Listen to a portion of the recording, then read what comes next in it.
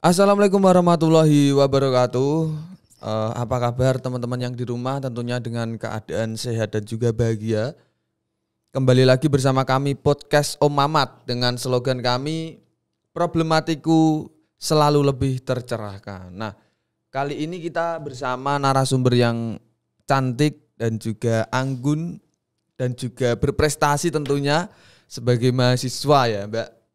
Perkenalkan dong Mbak, siapa, dari mahasiswa mana? Iya, nama saya Diah Nurmayasari. Saya mahasiswa IAIN Kudus. Lebih tepatnya di Prodi Komunikasi dan Penyiaran semester 6. Komunikasi dan Penyiaran Islam. Iya betul, Ya, maaf sorry. Bisa disingkat KPI biasanya. Berarti semester 6 ini. Iya betul. Berarti pengalamannya dan juga relasinya di IAIN Kudus luar biasa ya. Ya begitulah, jadi terutama kan saya mengenal dari teman-teman sekelas dulu, terus kita explore ke berbagai ormawa dan juga UKM-UKM yang ada di kampus. Ikut eksternal berarti Mbak Dia? Dulu waktu di semester-semester awal ikut ormawa, terus saya juga ikut UKM pernah dan juga ikut organisasi eksternal itu juga masih sampai sekarang. Katanya sampai sekarang juga di Kopri ya? Iya, apa itu Kopri? Kan kamu yang ketua Kopri gitu ya? Jadi iya betul. Kopri itu organisasi di luar kampus yang saya ikuti. Dan Kopri itu sebenarnya adalah korps perempuan yang ada di dalam PMII. Jadi organisasinya itu namanya PMII, Pergerakan Mahasiswa Islam Indonesia. Iya. PMII berarti ya. Ya, kebetulan saya sebagai ketua Kopri. Oke, luar biasa. Jadi narasumber pada pagi hari ini tidak cantik doang, beliau juga berprestasi, aktivis juga di organisasi kampus seperti itu ya. Nah, pada sesi kali ini kita akan banyak membahas mengenai ikuti kata hati dan berdamailah seperti itu. Nah, menurut Mbak Diah tersendiri itu kan katanya tadi kan di IAIN Kudus ya, sampai hari ini itu semester 6. Iya betul. Nah, sebagai mahasiswa itu kan berarti punya acuan atau role model atau yang digemari lah, sosok dosen itu ada gak sih Mbak Diah yang sampai hari ini mengesankan? Wah, tentunya ada pastinya. Salah satu dosen saya, itu yang paling saya gemari dan kagumi itu adalah Bu Nuril Makfiro. Itu dosen perempuan yang sekarang kebetulan saya diampu oleh beliau di mata kuliah praktik dan mikro penyiaran. Tentunya itu kan sangat bermanfaat bagi mahasiswa KPI, terutama dalam mengelola penyiaran-penyiaran dan juga peralatan yang ada di mata kuliah tersebut. Seperti itu. Berarti diajar oleh beliau itu udah dari semester 1 ataukah baru ini semester 6? Pengalaman saya diampu oleh beliau itu bukan hanya di semester 6, tapi kemarin semester 5 itu juga diampu. Jadi saya tertarik lagi untuk diampu oleh beliau. Ternyata Bu Nuril itu orangnya asik loh. Orangnya juga selain asik juga disiplin. Disiplin itu maksudnya ketika ingin mengajar di kelas itu kan kesepakatan dulu sama mahasiswanya harus berangkat jam berapa. Nah di situ mahasiswa harus sadar diri, harus bisa berangkat sebelum jam yang ditentukan, misalkan jam 8. Ya sebelum jam 8. Kalau lebih dari itu ya udah sebagai mahasiswa harus sadar diri, nggak usah masuk. Berarti harus disiplin ya. Ketika kontrak belajarnya di awal jam 8 ya sebelum jam 8 harus sudah standby di kelas seperti itu. Betul. Oke, itu memang luar biasa sih, karena emang mahasiswa itu kalau apalagi cowok ya yang malam begadang terus paginya malas kuliah. Susah dong itu buat memang, bangun. Itu memang itu memang gimana ya? Itu memang melatih dari kedisiplinan mahasiswa tentunya. Sedikit terpaksa. Memang awalnya dipaksa kan seperti itu. Iya, betul. Kalau kamu sendiri kan juga cowok. Nah itu merasa terpaksa gak sih misalkan jadi mahasiswanya Bu Nuril itu? Kalau aku Ya kalau awal-awal sih kayaknya iya terpaksa. Cuma kan memang harus dibiasakan hal-hal seperti itu karena juga katanya yang disiplin itu kan ya nanti kita lebih apa ya istilahnya lebih sukses lah ya seperti itu karena disiplin waktu dan juga semuanya lah. Iya. Pada kesempatan kali ini kan kita mau membahas mengenai ikuti kata hatimu dan berdamailah. Nah, menurut Mbak Diah nih apa sih ikuti kata hatimu? Apa sih menurut Mbak Diah? Iya, jadi kata hati sendiri itu apa? Jadi hati itu adalah berdasar dari perasaan atau naluri manusia yang mungkin sangat bertolak belakang dengan pikiran kita. Jadi hati itu sesuai kemauannya sendiri. Kalau nggak sinkron dengan pikiran kita, ya udah itu akan menjadi masalah buat diri kita. Jadi kita harus menyinkronkan terlebih dahulu hati kita sendiri agar bisa lebih baik. Dengan cara apa? Ya dengan cara kita memilih dan memilah sesuatu yang baik dan buruk. Itu sih kata hati yang perlu kita cari, kita temukan dalam diri kita. Itu kalau menurut Mbak Diah ya. Iya. Kalau Masnya sendiri kata hati itu apa, Mas? Kalau saya itu mengutip dari perspektif Islam itu seperti ini, ya kan. Hati itu merupakan hal pokok dari segala perilaku manusia. Jika hatinya baik, maka perilakunya baik. Begitupun jika hatinya buruk, maka perilakunya pun akan buruk. Jadi ya itulah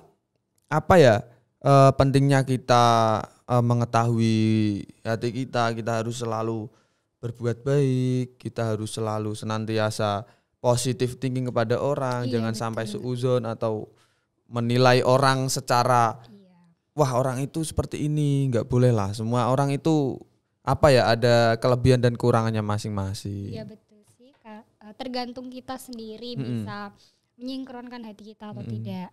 Dan Rasulullah pun pernah bersabda waktu itu seperti ini juga saya catat waktu itu ya.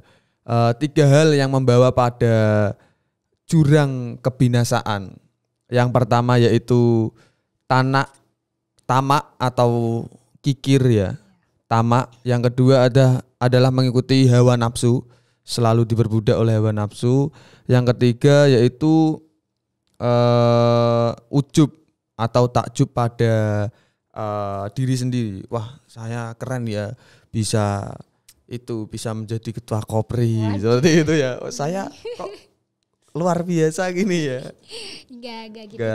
Mungkin juga lebih ke jangan jadikan saya sebagai ketua jangan membanggakan diri, tapi kita lihat prosesnya di dalamnya itu seperti apa, kita kontribusinya seperti apa, bermanfaatnya seperti apa. Bukan hanya ini loh aku jadi ketua, enggak seperti itu. Soalnya juga ketika kita menjadi ketua itu enggak keinginan kita sendiri, kita pun juga didorong sama teman-teman yang mempercayai bahwasanya kita itu mampu gitu. Iya betul.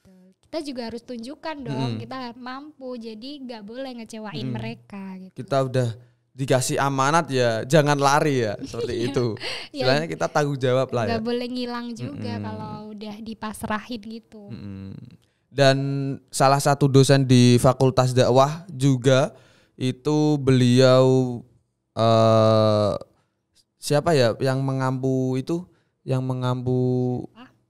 Bapak siapa yang hari Rabu itu? Ya mungkin nggak usah disebutkan, tapi aku paham yang Anda maksud bahwa beliau itu nggak ngilang sebenarnya, cuman dia kurang respon terhadap mahasiswanya, kurang memberikan arahan yang lebih baik, lebih memahamkan mahasiswanya itu lebih kurang. Itu juga problematik yang perlu dipecahkan juga sih. Iya. Gimana sih kata hatinya itu kok nggak selaras dengan perilakunya? Betul. Nah, sedikit boleh nggak sih Mbak Diah itu menceritakan pernah nggak sih mengikuti kata hati waktu itu bimbang? Waduh ini ambil keputusannya yang seperti apa ya? Nah lalu Mbak Diah itu mengikuti kata hati Mbak Diah. Oke, aku akan cerita mungkin dari segi memilih pilihan yang mungkin pilihan yang sama-sama berat. Itu ketika dimasuk di perguruan tinggi. Jadi waktu itu SMA itu aku bingung mau memilih di universitas mana ya. Saya tuh udah menemukan pilihannya dan itu sangat aku udah yakin lah di situ. Tapi ketika saya mencoba untuk berjuang di sana itu malah gagal. Padahal kata hati saya tuh ke sana, tapi itu adalah bukan kata hati sih, tapi lebih ke kemauanku sendiri. Padahal kata hatiku mengatakan di situ, dan dari situ saya belajar dan aku memilih pilihan lain yang mungkin itu bisa menerima saya dengan apa adanya. Kalau nggak di sini, saya nggak tahu apa yang ada di dalam perguruan ini. Nah, salah satunya adalah aku memilih IAIN Kudus. IAIN Kudus itu kalau dipikir-pikir hati saya tuh nggak tergerak di sini, tapi nggak tahu kenapa saya malah terjun di dalam IAIN Kudus. Oke, jadi aku ambil contoh saja. Ikuti kata hatiku, aku memilih kerja sampingan selain kuliah. Kerja sampingan selain kuliah, berarti kuliah sambil kerja. Iya betul, jadi maksudnya seperti itu, kuliah sambil kerja. Nah kata hatiku tuh lagi mencari hal-hal pekerjaan yang mungkin enak, bisa gak mengikat kuliahku, bisa dibagi waktu lah. Jadi saya memilih pekerjaan yang sekiranya itu bisa membuat aku mendapatkan pengalaman, bisa mendapatkan penghasilan, dan juga tidak ketinggalan dengan kuliah dan juga organisasi-organisasi lain. Intinya di penghasilan ya, membantu keuangan, entah itu betul, ketika kamu ngekos lah untuk meringankan bayar listrik atau beli galon seperti itu ya. Iya.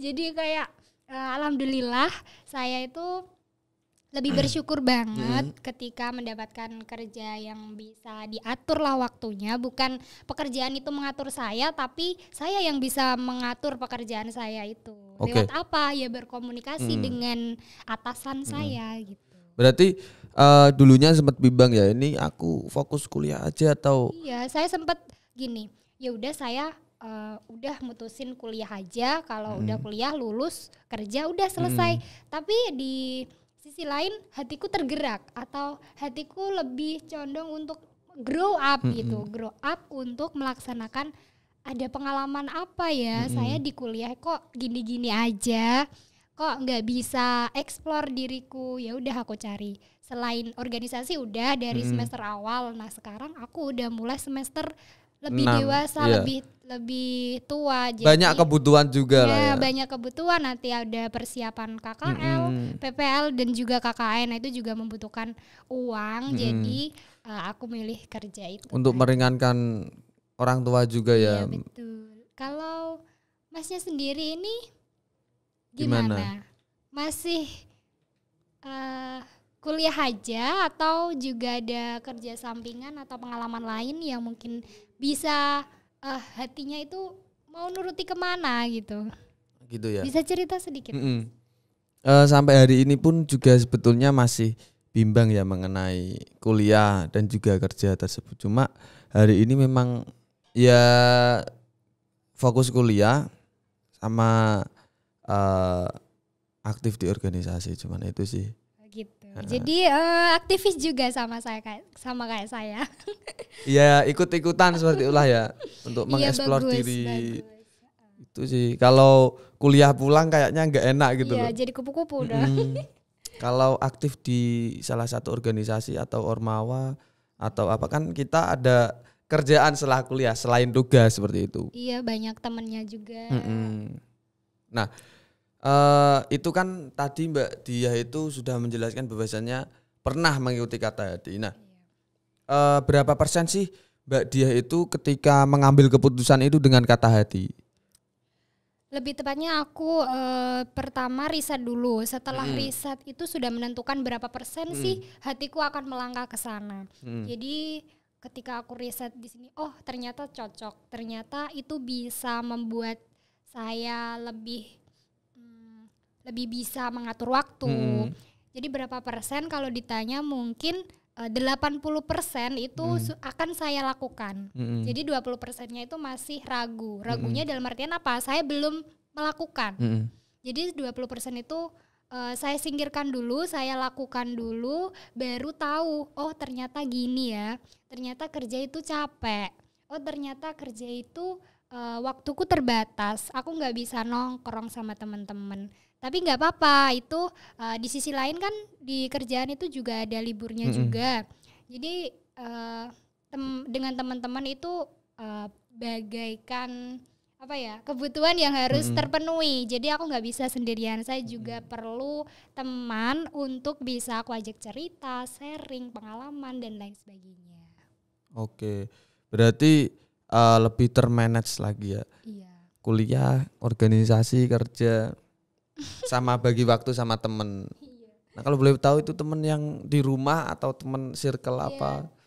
Saya kan di sini anak perantauan, jadi ya memilih temannya ya di dekat-dekat aja di sini di Kudus. Mungkin teman kelas, teman organisasi maupun partner kerja pun ada. Cuman kan partner kerja itu nggak selamanya bisa ketemu. Jadi lebih banyak ke teman-teman organisasiku sih. Aku lebih nyaman di sana. Berarti kalau perantauan tadi dari mana sih, belum disebutkan loh tadi. Saya itu anak rantau ya. Saya asalnya dari Rembang. Kalau bahasa Jawanya itu Babat Alas. Babat Alas. Iya. Kenapa kok gitu? Babat Alas itu kan kita sebagai orang perantauan itu kayak pindah gitu loh. Pindah di suatu tempat dengan budaya baru, dengan situasi dan kondisi yang kita belum tahu bagaimana. Nah sekarang alhamdulillah udah menyesuaikan, bisa lebih fokus aja dengan teman-teman, udah enjoy aja gitu.